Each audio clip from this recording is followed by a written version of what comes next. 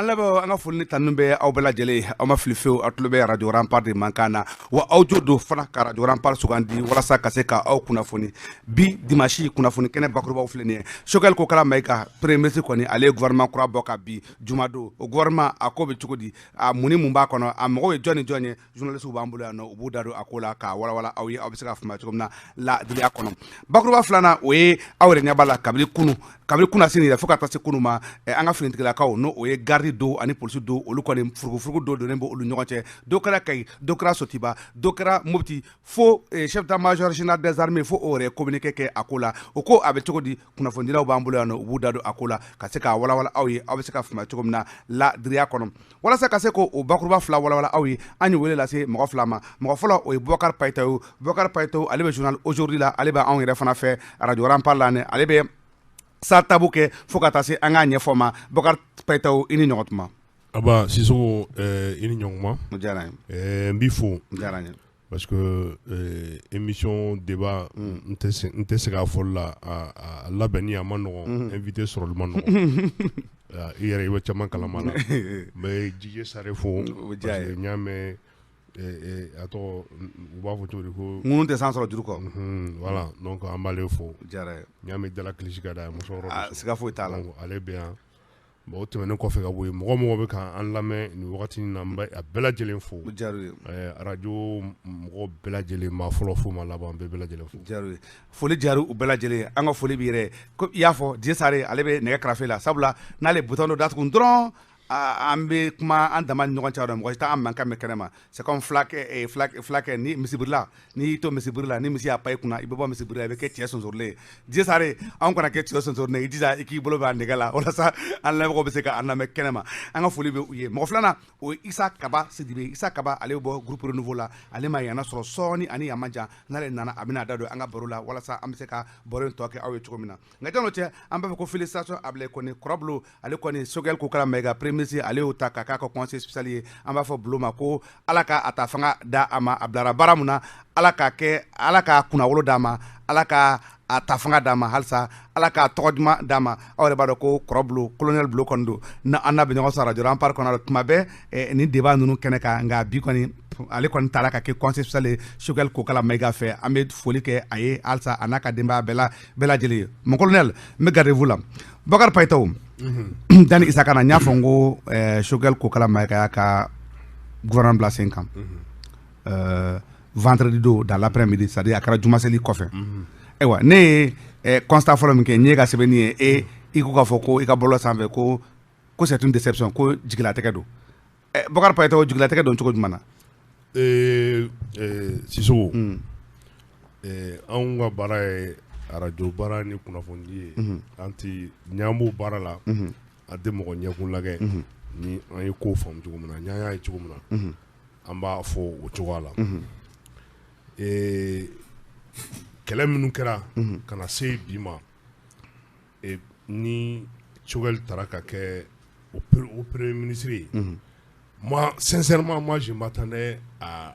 une équipe costaud. C'est-à-dire que ni poids plus moun ya ou poids léger non parce que Mali ko kunu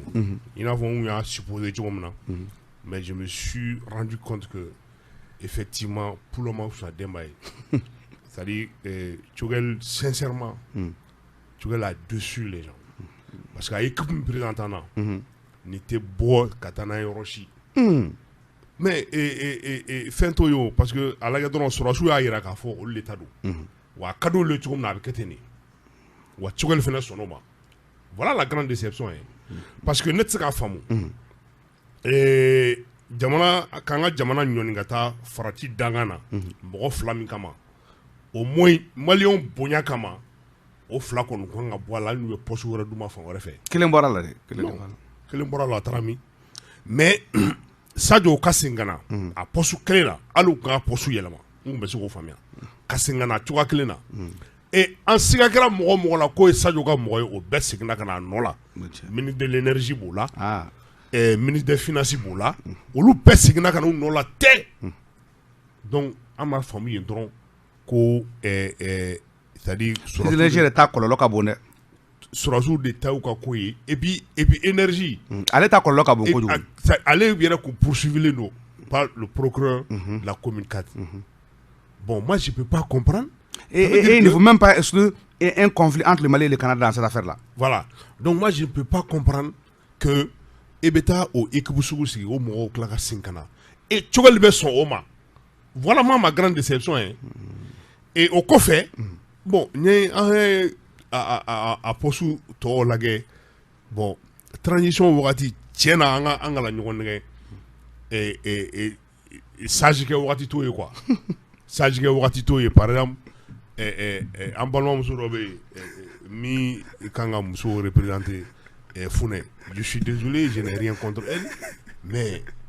ministre Founé, le Mali est tombé bas. Mais en au fond, il y a un match où l'oufo mène la fatala. On a bon dit d'abord. Ni Founé bismillah no koshi achama. Non mais moi je ne peux pas comprendre parce que d'accord, mais nous aussi on a notre regard. On a notre regard. Bon, c'est l'administration territoriale au Sénégal, qu'on nous a renforcé. Tchouel qui était le principal pourfendeur de l'accord. Il y a un gouvernement qui a été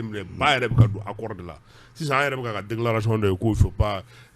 mourir, c'est-à-dire accord que tu là. Moi, je ne comprends rien. Franchement, sincèrement, parce que l'équipe qu'on formera, Tchouel fait Ningoni, Nini ta akra partage de gâteaux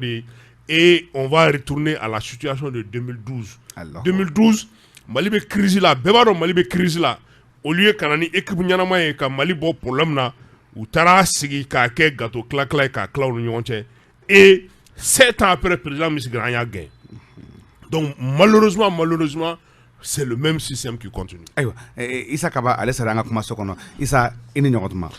Abdraman ka ifo ka mbaro ke nyogo buwa paita ufo ka an lamɛ baga bɛɛ lajɛlen fo mana kɛ fan o fan ani ka hakɛto ɲini da kan i b'a dɔn karidonya ma nɔgɔ karidonya ma nɔgɔ n'i ye dɔgɔkun bɛɛ kɛ girin na karidonya a bɛ k'i miiri k'a fɔ k'i bɛ se ka dɔɔni sunɔgɔ o b'a la dɛ an bɛ hakɛto ɲini kɛ k'a ta tɛnɛ fo sibiri don o don anw yɛrɛ ta yen su tɛ ko dugu tɛ jɛ wagati bɛɛ kuma dɔ bɛ kɛ a bɛ k'i kɔnɔ ko berekɛnɛtigi ko y'i bugɔ nka o tɛ ban a ko la mɔgɔ tɛ bɛɛ ɲɛ koli ma k'acilen don anw bila kun ye kunnafoni ye an y'an kali k'an siɲɛ k'an b'o kɛ a mana kɛ cogo cogo an n'o kɛ Issa Choguel kɔni ale ka gouvernement binna kan juma don n y'a fɔ juma seli tɛmɛlen kɔfɛ ayiwa e bɛ se ka mun fɔ kuma ɲɛbila la gouvernement in kan bon fɛn fɔlɔ min ni bɛ o ye fɔlɔ o ye coup d'état kɛra ko parce que coup d'état filanan in kɛra ko parce que ko charte violée la m'a dɔn ni Payita o y'a fɔ ka ban i b'a ye k'a fɔ ni gouvernement sigilen fana ni charte violée la kabini n'i y'a lajɛ yɛrɛ fɔlɔ ka gouvernement lajɛ dɔrɔn hali n'o y'a sɔrɔ o ye astuce k'a la mais charte violée la de parce que a fɔra charte kɔnɔ k'a jɛya ko gouvernement bɛ kɛ mɔgɔ 25 de et transition in kɔnɔna la u y'a fɔ de ko au plus o plus o y'a cayalenba ye wa cayalenba kan ka kɛ mɔgɔ 25 ye a bɛ se ka dɔgɔya ka tɛmɛ o kan donc an dun b'a dɔn u ye astuce kɛ cogo o cogo ministre délégué ye ministre de donc an bɛ mɔgɔ 28 na o ye regard fɔlɔ ye regard filanan ye min ye ne bɛ nisɔndiya sɔrɔ nin gouvernement ninnu sigi cogo la tantɔ parce que n'an continuera nin cogoya la tantɔ don la tellement que ministériya bɛna banaliser fo mɔgɔ si tɛ nata ministériya nɔfɛ bilen mɔgɔw bɛ taa ko wɛrɛ kɛ non clairement c'est-à-dire que ne y'a sɛbɛn bɔlɔlɔ sanfɛ ka bɔ gabakurun bɔyɔrɔ la k'i yɛrɛ sɔrɔ département kɔnɔ c'est-à-dire que Sissoko an ka mobile ou bien an ka moto bɛ tiɲɛ don o don n'i ka moto tiɲɛna i bɛ mankan ci k'a fɔ ko Mali mécanicien tɛ foyi ou bien Mali réparateur tɛ foyi ye mais o t'a yɛrɛ i tɛ yɛlɛma réparateuriya la quoi i tɛ yɛlɛma la c'est-à-dire que dénoncer ne veut pas dire ko jagoya ni mɔgɔ min ye dénonceli kɛ ko ka taa yɛrɛ sɔrɔ ministériya la ni politique mɔgɔ minnu bɛ ministériya baaraw kɛ ani mɔgɔ minnu ka engagement ye engagement politique ye n'olu y'u ka engagement politique kɛ ni activiste ou bien mɔgɔ wɛrɛ min ye dénonceli kɛ cela ne veut pas dire ko k'a ta ka d'e ma en tout cas donc ne ye fɛn fɔlɔ min ye fɛngɛ in kɔnɔ volonté mana k'e la cogo cogo i tɛna kɛ chirurgien non charte violée la ka mɔgɔ dɔw bɔ u ma expérience de direction tɛ u la foyi mɔgɔ mara expérience foyi tɛ mɔgɔ minnu na k'olu ta dɔrɔn du coup k'u kɛ ministre ye ne m'a faamu n terikɛ Imam Umar Jara ye a ye Funɛ ta fɔ n b'o fana ta fɔ j'ai rien contre lui mais En quoi c'est un hack les promotion. En quoi n'avait qu'à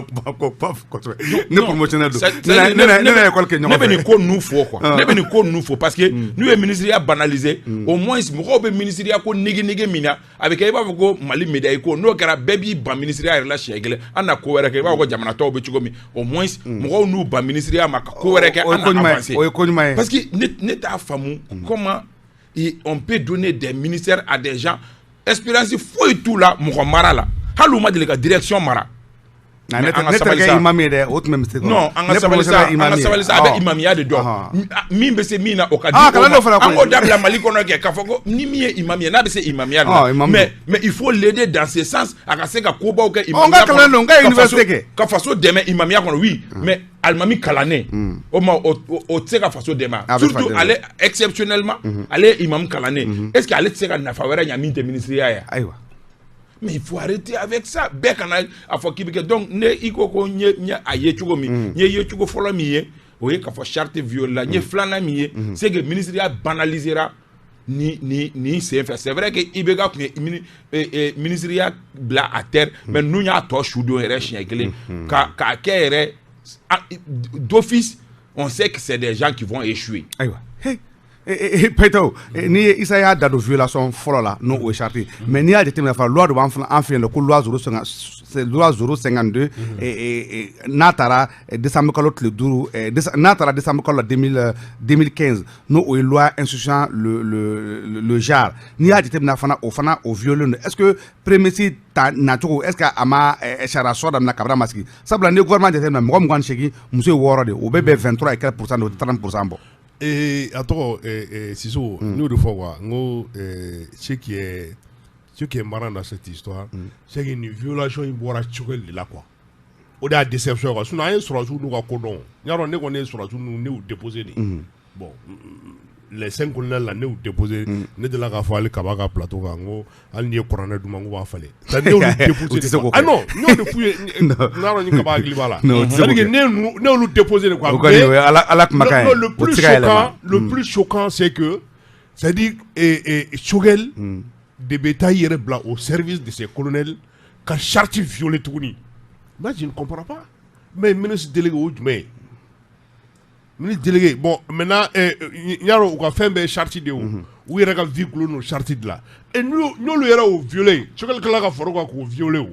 et ni etara ibeka ka loi fo ko violé est-ce que anga ka kumo la tout ni moi n'a pas pour passer bi ou dans ou de constitution est fort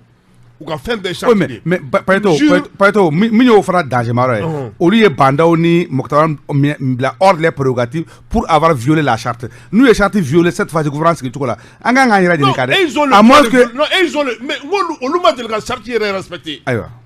asimina ka mo ma de la charte est respectée voilà le problème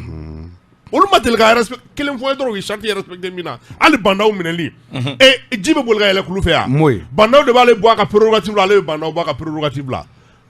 parce que ma femme va aller bolo ah banda c'est aussi simple que ça donc c'est à côté mi kado lo de beke maintenant mi kado de beke et ni au lu glole charte mina ni abu arranger ou be mo pousser ka respecter ni à tout l'orange ou bas violé ou faut la passer barfa bobolo voilà le problème maintenant au lu glone me charte mi yera là ou yera ka vi glono charte mina et au lu o yo fambe soko et ni utara ibeka ka chara do sigile depuis 2015 ni yo umo o boya il kat ka sara de mali chara sa non ba faut di passer atara ibeka clé là bon nous mo respecter yero kon maka tout voilà et bizarrement je n'ai pas entendu les associations de femmes parler sur cette affaire d'abord parce que mo tigara nous na faut ka faut mo parce que mo ka kuma bela bete do regui yero ni tigara fait na ka niveau de là quoi tu préfères te taire quoi donc les situations au niveau de là quoi maintenant tout ce néo de fort fait une belle galon teta. Voilà le problème. Et malheureusement, ça dit que nous boira le 5 juin 2020, quand Ibeka la gouvernance dénoncé, quand ça dit que mobilisé, faut que Ibeka la fanga boka bi. Au moins, quel on t'a sur la claque en violation coachée nos faits. C'est ce qui est choquant. N'était dit que sur la somme parce que nous t'a donné nos corolés. Ou ma foi ou tout dans la sabati ou t'es charafoué bateau parce que marfa bobolo. Voilà le problème. Maintenant problème yere mi moko ma mi femme peut-être bi M5 moko peut être que dafa diala di mais ce que la fait c'est que la dessus tout le monde. Voilà. Don natɔ na an n'a lajɛ ni ka sɔrɔ o ko bɛ kɛ cogo min na Isa n'an ye gouvernement jateminɛ ne bɛ mɔgɔ 28 na ne bɛ k'an sɔnni sigi kelen kan n'o ye anw ka ministre anw kunnafoniyaw ka ministre ye maître Touré mais Isa ni mɔgɔ bɛ anw ni maître Touré cɛla dɔn ka tila k'a fɔ ko ka ta k'an ka ministre ye est ce que an ka gouvernement o département tɛna jɔ wa sabula anw n'o cɛla o ka gɛlɛn kabiri bi tɛ i bɛ taa sɔrɔ a yɛrɛ de y'a laɲini parce que il a a ka revanche bɛ yen ka taa anw kan non peut-être moi c'est ce que moi je me dis peut-être parce que pour l'histoire n'a y'a fɔ nin cogoya la tan ka tɛmɛ mɔgɔw tɛna faamu pour l'histoire et une fois Maître Touré avec sa plateforme olu tun bɛ conférence la maison de la presse salle dɔ kɔnɔ et que événement wɛrɛ tun b'a salle kɔnɔ mais journalistes ma taa olu ka plateforme salle kɔnɔ ka t'o événement lajɛ mais journalistes taara événement wɛrɛ la ale de bɔra ka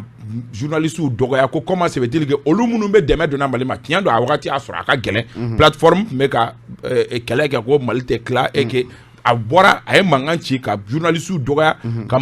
kuma caman fɔ journalistes ma o tun tɛ dɔgɔyali kun bɔ a don kunnafonidila bɛɛ dimina a ko la an ka ɲɛmɔgɔw yɛrɛ ye mankan ci a la depuis o bɔra la tunkurunin bɛ ale ni anw ni ɲɔgɔn cɛ n'i nana o tigi ta bizarrement ka n'o kɛ ko communication ni a donna ta a bɔra ta ministre ye vraiment i y'a dabɔ pour que baara kana ɲɛ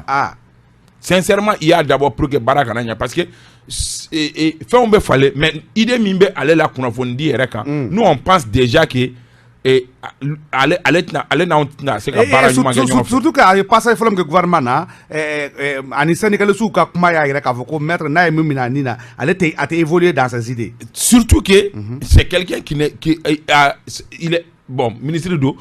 n'o tɛ a bɛ se ka utiliser a ma ko il est arrogant a tɛ mɔgɔ wɛrɛ bonya ni a yɛrɛ kelen tɛ o dun anw kunnafonidilaw bɛɛ bɛ jɛ n'o ye anw tɛ jɛ n'a ye hali syndicat fana o de ye syndicat baara gɛlɛya baaraw gɛlɛya syndicat niveau la kalo 8 kalo 9 min tɛmɛna ka sɔrɔ ka ale ka blocage de don parce que ale b'a yɛrɛ bila hakɛ min na n'i kɛra ministre ye c'est pour servir et non c'est servir ni jugo fɛn fɛn b'i la dusu fɛn fɛn b'i la i b'o dusu bila ka na ministériya kɛ mais il me semble que maître Aruna m'a ka marifa dusu parce que hakilila jiginna hali ni marifa t'a bolo marifatigi jɛkulu Isa marifa de y'a nati gouvernement na jɛkuluya de nalen don gouvernement kɔnɔ Isa marifa de y'a don gouvernement na o fɔ o fɔcogo la parce que ni marifa tɛ ne taara a bɛ don gouvernement a bɛ yan nɔ san caman a ma deli ka don gouvernement na a ma deli ka don mais marifa de y'a to k'a don gouvernement marifatigi jɛkulu don ayiwa Bokar Payeto mais en même temps n'an y'a fɔ k'a fɔ ko dɔw bɛ yen nɔ k'olu ka cas bɛ mais gouvernement fana bɛɛ to il y a vraiment des hommes de valeur dans le gouvernement n'an i ka taa jateminɛ même Jaminatou qui occupe le ministère de la santé aujourd'hui et de l'action sociale Nimafili, je pense que elles sont les deux personnes sont en terrain connues quand même. Oui, effectivement, Mourodobala, personnellement, bon, Ambou ou Lagafolo à l'œuvre, mais avec Kibaram, nous faisons sur nous parcours, nous avons déterminé. On a un département maintenant, qui est là, mais tout le problème, c'est-à-dire que lui, c'est comme une goutte d'eau que Badjila. Parce que le problème c'est quoi? À bébé chapeautin mouromnu, au louti à Malikola, au louti fait à Kafalere, au loup poche faro de Nina, sinon ou face à Djagoun, ni département nunga mine, à toi administration territoriale, économie et financière, al transport, ou Djagoun, ou face à Djagoun, Luka. Même voir de transport d'Aïrou Moussode. Donc maintenant, il y a une fin nous jeter les drones. Sinon, nous individuellement et il faut Ibrahim Ikasha. Vraiment, c'est un cadre très valable. C'est-à-dire que je l'ai côtoyé, je sais que il a la tête sur les épaules. Vraiment, à bas matière don quoi. À bas matière don. Mais le problème c'est qu'à chaque fois que nous sommes au agent de Molobolo. Ou va plomber. Non mais le cas problème c'est au lieu de faire un yanabo. Angaton kono. Parce que moi je sais pas. Sinon ni moi me faire un yanabo. Moi je pense que au lieu de comporter tout comme ça. C'est-à-dire qu'ils prennent le pied en otage. Voilà le problème. Il y a une fois où on dit mais c'est ça le problème. Maintenant quand l'autre là fait Aruna là. Vraiment, Aruna, moi je sais pas, bon, est-ce qu'il y a un bon, peut-être il voulait le garder comme Antizakato y a fait. Naturellement, t'as grave limité là. Donc Antizakato, on va dire. Voilà, on va dire maintenant nous on va le régler parce qu'on va régler et maintenant en même fois on va profiter du micro fait qu'à faire. Le journaliste n'est pas obligé de couvrir un événement. Il y a un événement n'afaka bonyani fait mais le journaliste a le choix de couvrir ou de ne pas couvrir. Voilà. Mi kada ya abou de quoi. Donc cette liberté là, la liberté de couvrir un événement, vraiment machito bochana. Et puis il a le toupet d'aller nous manquer du respect jusqu'à la main de la presse. Non, il a compris, il a eu sa dose. Voilà, il a eu sa dose parce que c'est quelqu'un comme Kabaya a fait, mais il pense que au lieu de plateforme nous fait au Cameroun faut faire kana choko munani kana ke jagwa ni fait opposition parce que fango de fois Cameroun rappelé là. Donc il pense que nous ante marché au choko là quoi. Maintenant nana abi bere benawi abi bere bona avance sur donc c'est pas compliqué. Ko gelementé. Voilà. Donc que cela soit très clair. Issa, amanda de un peu politiquement au Kakola, en fait, ni le gouvernement ni communiqué au Jatemina, et puis communiqué à ne pas communiqué au Talika, nous on a donné, ça bla, ce qu'elle soit dit, à faire un gouvernement inclusif de Blasena, mais malheureusement, au lieu d'être avocaux, au lieu d'être gaforme que le gouvernement reflété, est-ce que autant que faussé à nous, et puis, tu veux nous groupe où il est, au lieu d'avocat, tu nous colles, ma collu un CV, au lieu d'attendre un CV, au lieu d'être gouvernement, est-ce que Choguel est mis reproché car M5 n'est là? Mi reproché Mokhtarwana est-ce qu'il y a fana mot de ke nuna non ni de wulu faka yoro la kuma jugu ye au fait mbolo bada be fin ni communiquer nous be fin kelen de labo mi ni mogo ka ngunu kuma fo me ani tinya ka sulun kosobe awnye kuna fundila ante irimeru gérer mais ne kiware ami soro ko ale fenga yɛrɛ bɛ bɔ wagati min gouvernement liste bɛ bɔ wagati min ko Choguel tun bɛ consultation na o équation ye min ye ça veut dire que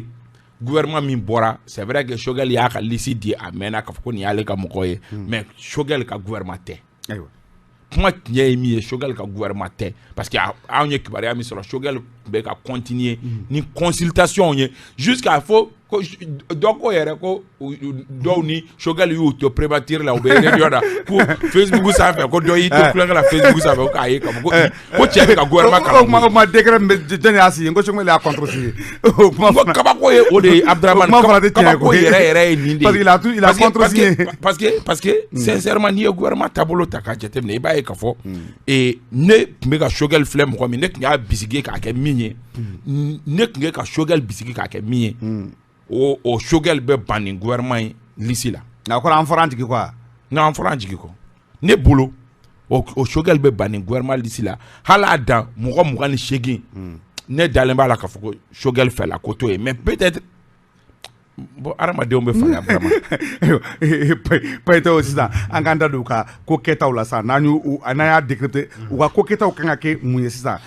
équipe est-ce que u kan ka objectif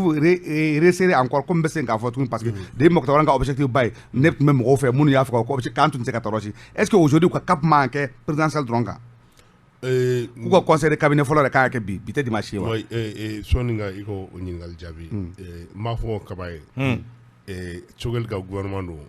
parce que ni a ka gouvernement tɛ ale ye kɛlɛ min kɛ ka se fo yan fɛn foyi man k'ale bali aujourd'hui k'a fɔ bon comme a y'a kɛ tan a y'a ka fɛn minɛ kɔngɔ t'i la minɔgɔ t'i la i kɛra premier ministre ye i b'i ka kini dun a duncogo la i b'i ka to dun a duncogo la i b'i ka ji min a mincogo la mais ale ye kɛlɛ min kɛ depuis mɔgɔw ma da la ko ayiwa u bɛɛ jɛra ka jamana in ci bi n'e bɔra k'a man ɲi ayiwa finalement mɔgɔ kan ka communiquer k'a fɔ effectivement a ta ye kɛlɛ wɛrɛ Mali ko don mais ale nana nin min kɛ k'o résultat bɛɛ ta ale yɛrɛ mɔgɔ wɛrɛ tɛ dɛ ale yɛrɛ bolo k'o bɛɛ ta k'o bɛɛ fili ji la vraiment Choguel doit sortir pour dire que a ka gouvernement tɛ n'a ka gouvernement tɛ mun kan ka kɛ a bɛ démissionner dɔrɔn a ye u ka fɛn t'u bolo ye u ko b'u sɔrɔdasi ninnu ko k'u ka fanga don a y'u ka fanga t'u bolo a banna maintenant. mais o fana tɛ Mali de ye Bayito an k'o ɲɛfɔ ɲɔgɔn na dɛ. u ta tɛ Mali o. parce que an ka fanga y'an bɛɛ jɔ fanga ye Mali ta de o. halisa non u sɔrɔdasi ninnu t'o logique kɔnɔ dɛ. sɔrɔdasi ninnu y'o fɔ bɛɛ ye i gɛrɛ lu a b'aw k'olu de ka fanga de don a ka di o cogo la u b'a kɛ ten maintenant politique mɔgɔ a y'a t'u bolo boulevard bɛ yen a ye na boulevard la. mais jamana tɛ jɔ a jamana tɛ bloqué a Bayito an bɛ taa min o la. n bɛ ka min f'i ye banajugu fura ye furajugu de ye il faut faire comprendre, c'est-à-dire à ces 5 colonels-là, comme Mali tout est, Mali tout est fini. Au béquet, tu dis, au téquet, il y a toi, Aya Kofanga tout boulot. Mais le bras de fer là, ça arrange qui Paito? Le bras de fer là, ça arrange. Ça dérange. Moi, chité du gros sans fait. Moi, chité du gros mais ça met encore le pays à genoux. Mais bon, ni nga djouno ni complicité passive mbeno. Ni me pays blamino ka djouno bela jeli. Voilà. Maintenant, ni koko fait conseil de cabinet. Tiens, moi je sais pas la conseil ni équipe hièrement. Parce que ni équipe c'est colporté de toutes pièces. Mo tata ka fra nyonga. Mo ka agenda au tekele et on va continuer avec le même système sous Mokhtar Wane conseil de ministre Flabeke. Conseil de ministre Beke avec Tchogel au Kofé. Sur la sous ministre Oubeta au Assimi fait au conseil de ministre ou à décision voilà la réalité. Maintenant Tchogel comme B à B peut-être nous avons mis mon ablana premier ministre a pris mon uniforme je sais pas nous de mais selon moi je sais pas ce que lui va marcher madame Mabolona et au même moment ko CNT ko dati mokola donc nous ayou dia domina ou be Tchogel wele fait la CNT la ka gay. Voilà le problème. Donc maintenant ni M5 mo bolo ko ka ni ko musala ka tane ko abinya atinya angala nyo musala et où est 10 recommandations me poser en me sigi ka kumade il faut un document ils n'ont aucune garantie pourtant là tout mais pour accord de kun pour ils n'ont aucune garantie seulement voilà nos conditions seulement comme au lieu de Kalosegi, au lieu de Filila, comment il y a fait départ maintenant ou Filile no amena, ou il reste sur la coup Filila. Mais nous, à son accord Filila, à Joro de Dorawa, Doro Fara Joro Kani. Akanga Dorade. Mais Doro Fara Joroga. Au même moment, avant pas Katadola, quoi avez mon fallait, vous avez mon chayala. Le grand droit, il a, grand lissi droma, il a kafo, fouille qui n'a changé na. Fouille. Et problème yɛrɛ min ye Choguel tun kan ka fasa ja fɛn kelen kan ne kun tulo b'a kuma la k'a fɔ k'u bɛ fɛ ka dɔ fara CNT mɔgɔw kan n'a ma foyi fara CNT mɔgɔw kan CNT bɛ niveau min na bi et que droit bɛ CNT bolo ka motion de censure ka a kama ni diɲɛ dongo do activité coup d'état wɛrɛ kɛ dɛ ni diɲɛ dongo do n'u mago sera ka Choguel gɛn a n'a ka mɔgɔw minnu bɛ gouvernement kɔnɔ n'u tɛ k'u sago kɛ u bɛ CNT mɔgɔw bila contre la u bɛ motion de censure qui est favorable à peu près 90% aujourd'hui. Surtout que Choguel n'a jamais été tendre avec le CNT. Les membres du CNT. À la moindre occasion, les 90% du CNT qui sont hostiles à Choguel, il suffit claque de mettre ou be Choguel wele ka motion de censure ka kama ka gwe te fana tele mbol fana la de mo se ka mais c'est frère ça 80 au 90%, je vais te dire 90%, au 90%, John Oudedou, il y a combien de militaires? Allez Chini, à Litibois, il y a combien de militaires d'Adon? Plus, et moi, n'entends la madonna ou t'es moi qui représenté. Au moment nous, on nous dit une réunion c'est fait. Au moment on est comme le 90%. Moi nous donna cadeau soit président Togola ou bien au syndicat au Togola. Ça fait à peu près une dizaine de personnes. Ça c'est une dizaine de personnes. Alors, ça c'est une dizaine de personnes. Et Maïga on y Abouakar Sidi qui font on y fait mais au lieu de Diao Cap Moro Dio. Il faut le dire. Non tiens le dos. Donc dit tiens donc. Terrisera quand on sera. Choguel Beki nyatu ka doni ka ni chugala tanto. Si rentre comme ça, tiens dongodo. Nako kabe inyuti kabe aboa yɛrɛ la dɔɔni k'a fɔ ko a b'i fasa ja mais o bɛ CNT bila a kama CNT bɛ motion de censure don o dugusɛjɛ bɛ o b'a gɛn. peut-être mais o b'a yɛrɛ ko Choguel bɛ karikan de kɔnɔ wa ça veut dire que on est tabali de banna parce que moi je sais pas ça dit que avec quoi Choguel là nous fait mɔgɔw bɛ fɛ k'an la convaincu ko o bɛ se ka fɛn dɔ changer nin na. C'est faux, ils peuvent rien changer. Ils peuvent pas. C'est faux, ils peuvent rien changer. Nous donnons ka mietɔ a la. Ouma doit ka Malikola. Qu'on soit très clair. Parce que CNT, où on a donné CNT dissolution papier de boulot. Clair. Maintenant, on a doré CNT, on a décret esprit qu'on a. Sur la sous, on a mon fly join. On les cible là. Voilà. M5, on a mon chéri join. Presse on a mon année join. Voilà. Quand décret croissant, maintenant on a décret esprit qu'on a. au moins c'est-à-dire que parce que comme il fait mbamul au chartier anga ça al na sur le chartier ta fin anga pas pe kuna mais c'est-à-dire anga na chartier esprit kono mais au maquet parce que aforo ka que premier ministre ayo patron don garantie foi ta bolo et puis mais gouvernement yɛrɛ ne ko ne bɛ a dɔn ni Choguel bɛ se ka fɛn kɛ n y'a se ka fɛn kɛ n ko gouvernement lisi bɔra n ko mɔgɔ fila ni Sadio ni Modibo Kone fila seginna ou bien kelen seginna o kɔrɔ Modibo Choguel tɛ se ka foyi kɛ olu dɔrɔn ma segin dɛ ministre des mines seginna ministre de quelqu'un qui est en maille avec la justice il était même caché chez Sadio non a ko de bɛ Sadio fɛ yen maintenant Sadio de ye Mali ye Sadio, c'est lui,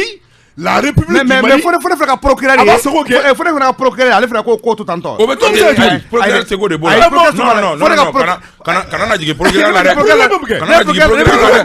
Il doit continuer à poursuivre son instruction. Non. Surtout que le monsieur a posé avant qu'il ne soit ministre. Si je compte ça, tu blala. Hot cour de la justice ka boloka procureur Sekoto là amam lokade république de do fin toi votre il avait fait un c'était pas militaire votre le gouvernement avait démissionné il était simple citoyen comme moi normalement le procureur devrait le poursuivre ni procureur fana blaten toi Touré ana poursuivre non mais il va fam droit si so anga na fait il va fam droit ka fo Choguel ni à novembre M5 bon ba fouiller bi solennellement ils pourront rien changer dans cette affaire. Le mieux pour eux, pour que Oukalana, c'est-à-dire que Kumalangolo Folay, ou la crédibilité Mboula, Oukalana, crédibilité tient au coup, c'est bon là, Kana, ou ka poursuivre Corolla, faut qu'à Kerousawi. Sinon, ou peut-être qu'on ait, mouvement révolu parce que né au défaut Moyena, et Mourboé Malimara, Malais peut-être 3 millions, 4 millions, Moussa Nana, à Tcharabe 10 millions. Et Alpha Nana au contexte où on mais puis on est à plus de 20 millions et les réseaux sociaux bien c'est-à-dire que moyen pépin il peut faire un 500 à l'instant T Mali Beba Kalama donc enjeu ni c'est-à-dire contexte où font que il sera Mali Mara comme si Mali Mara Mali Mara ka teme pas parce que ou koloka ni minu baka Mara sane parce que wati font kuma cha mais ça mo ka cha contexte où tama mais c'est ka ko do enjeu pas dembe ko reti to ça il veut des gens tabi il veut décret signé il était là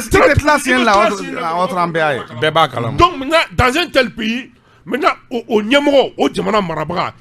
il veut nya jakoya ni ma nya dongoro mo be sengane no fe ati tsaka nyaw maintenant même une fois M5 mo yi vraiment au kan et colonel duru nga fanga tubolo comme yere go fanga de do o ko fanga tubolo mais Mali tout arrêt fanga ko la fanga tubolo anga Mali bosu la bana sinon nous ti foi ke même ko fanga Mali de preto ne ma se ko famia fanga Mali de koy fanga tubolo fanga ti Mali de nunu ya yira de o de yira belaw mais ni fanga bolo mais Mali bolo ko mo fla boro gouvernement na gardi fla Sadio Modibo Kone moi je sais le discours kala mais on sait des gens qui ne savent même pas prononcer un discours. Moi j'ai vu Sadio qu'un discours kala moi mon enfant qui fait la 8e année lit mieux que Sadio. Maintenant on le fera de bord gouvernement là ou va do tado ça c'est autre chose et asimianga jamana nyoni kata farati dangana mais abi konto luka kamena muketuni.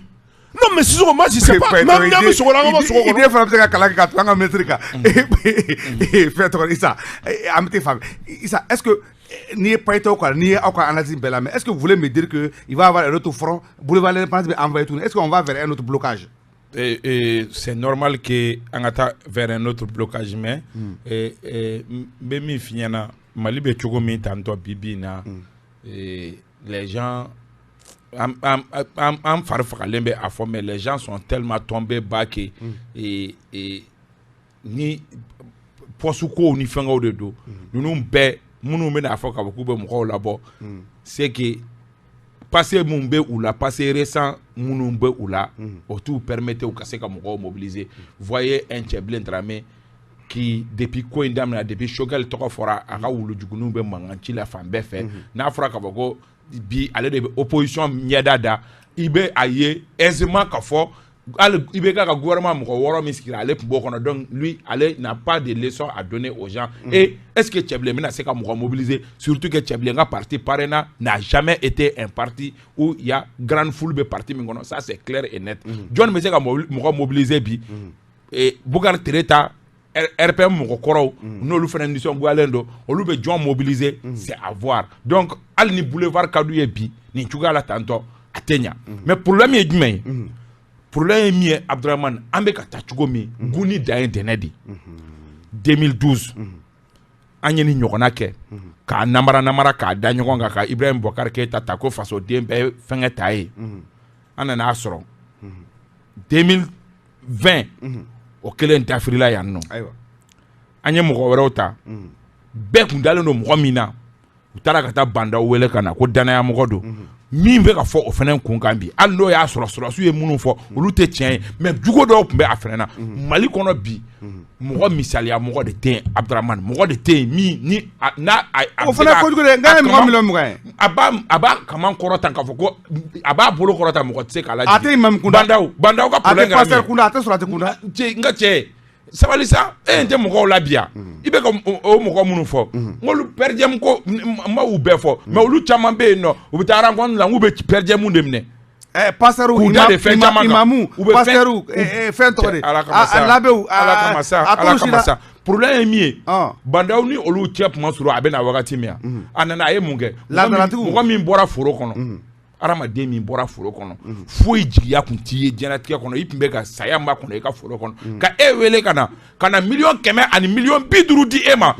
fola to be malla fin bebe malla o million keme ani biduru e ki nyetugu jamana sharia sosoluka fin nasuka be dokera be ku ima ko puma iki banga puma ay ko était au-dessus de la mélo allez au calme sans faire katla ka mo neni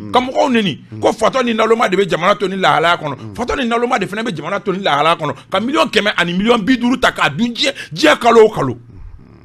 ima français c'est ima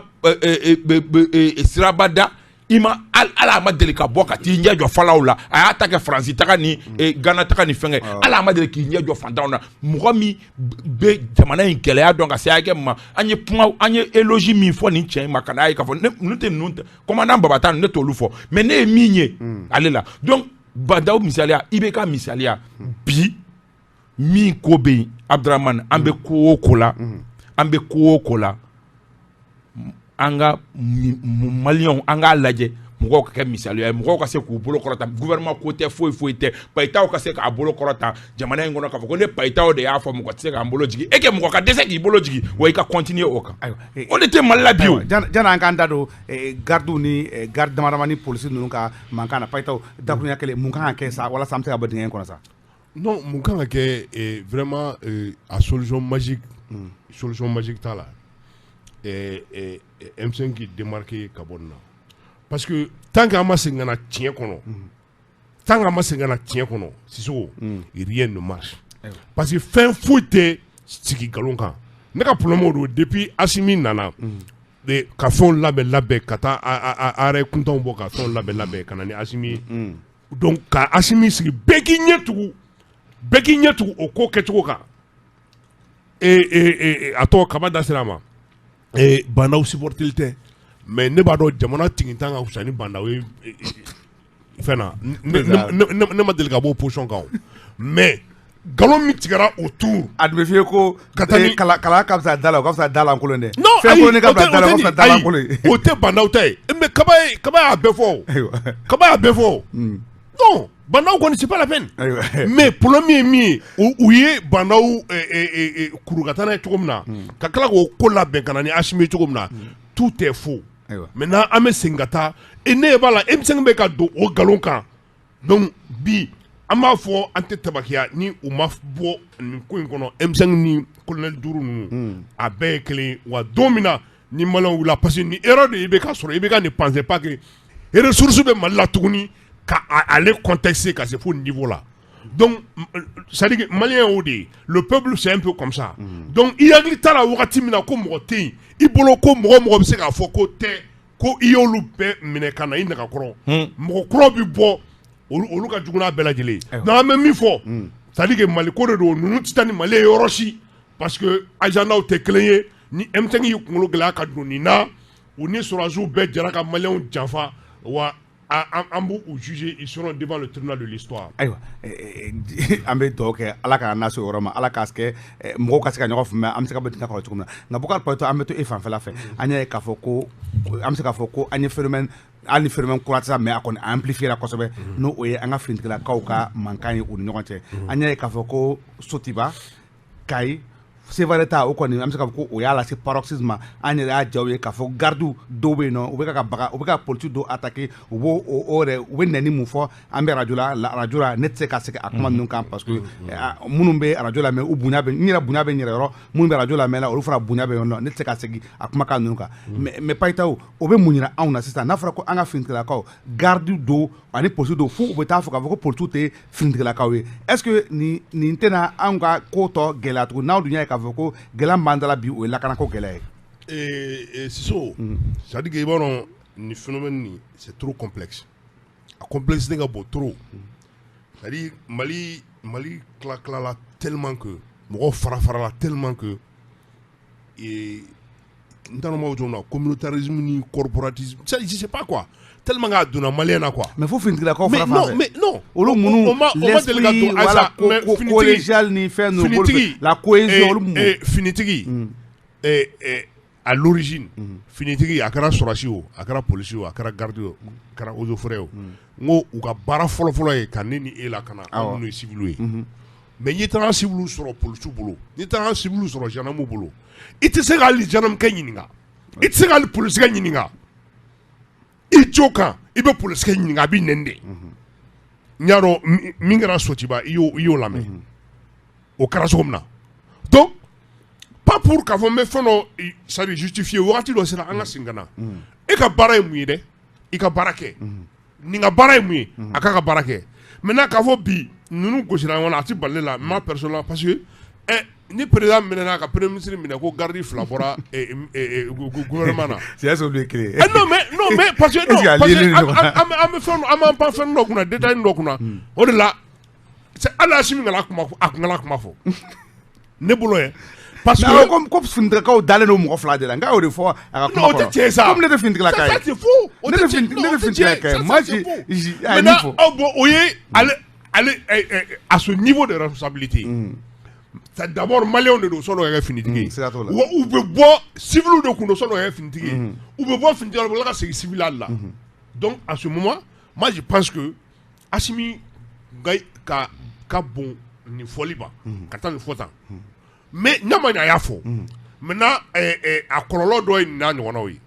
parce que a bɛ kɛ dɔ bolo ko olu ka kɔɔri ka fisa ni kɔɔri dɔ ye alors de yira o parce que incident mun kɛra fɛ Kayi o de yɛlɛnna Sotiba o de yɛlɛnna fɛn mais c'est ça le problème c'est ça le problème c'est exactement les mêmes choses ko dɔ kɛra anw n'an fɛ an m'an ta sara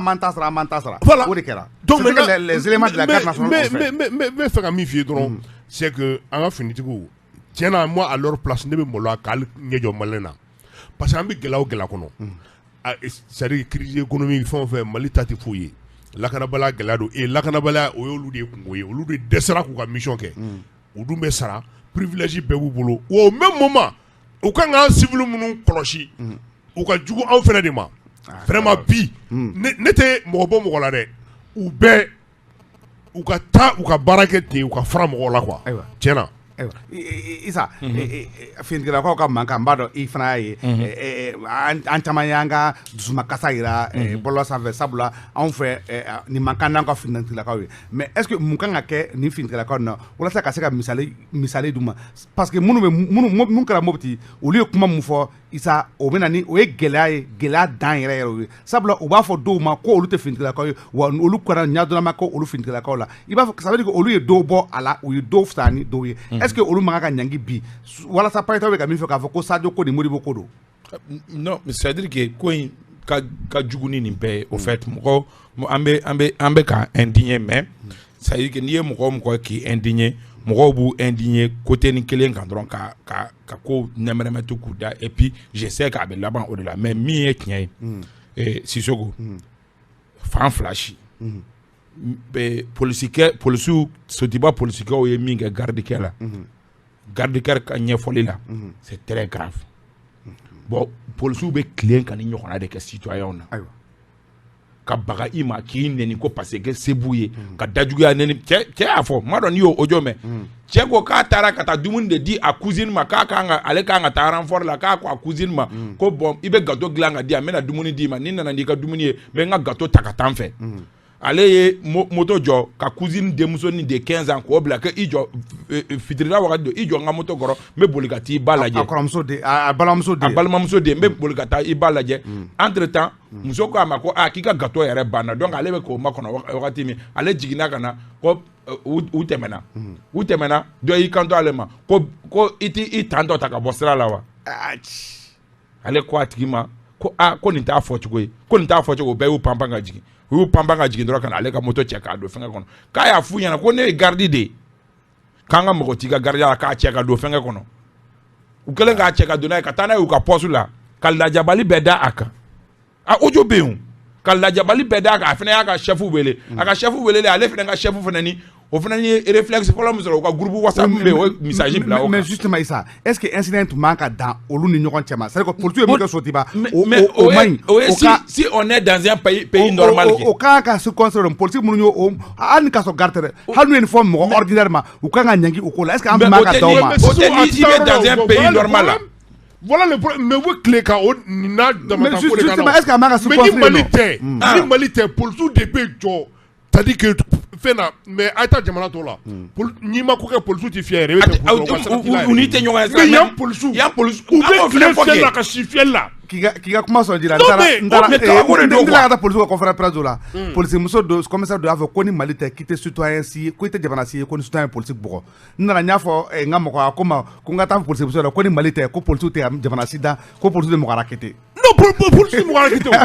mais taa jamana tɔ la policier tɛ mɔgɔ fier yɛrɛ fo n ye kɔrɔ kɛ donc mais yan nɔ policier alage u jɔjɔlo carré k'u fan bɛɛ la n'u tɛ ɲini ka kɛ carré bɛɛ kɔnɔ mais o de ye kabako ye donc ni n ye policier ta yɔrɔ bila ninnu fana ni problème ye min ye a chef yɛrɛ cɛ bɛ chef yɛrɛ tɔgɔ fɔ ne tɛ se k'a tɔgɔ fɔ o de ye kuma bila groupe WhatsApp kan donc groupe WhatsApp ninnu ye promotion de i n'a fɔ an kunnafonidilaw bɛ cogo min ni fɛn kelen bila groupe WhatsApp kan mɔgɔw b'a transférer fɛn ninnu transférelen filɛ nin ye k'i yɛrɛ sɔrɔ a kɛra polisi garde denmisɛnninw fana ko an mana polisiw ye yɔrɔ min donc kunu tile journée kun consacrelen don chasseur policier de la kunu sɔrɔ don Sotiba fana politiciw fana bɔra ko n'o garde fana sɔrɔ o fana tun ye chasseur garde mais nin ko bɛ kɛ cogo di ko ye min ye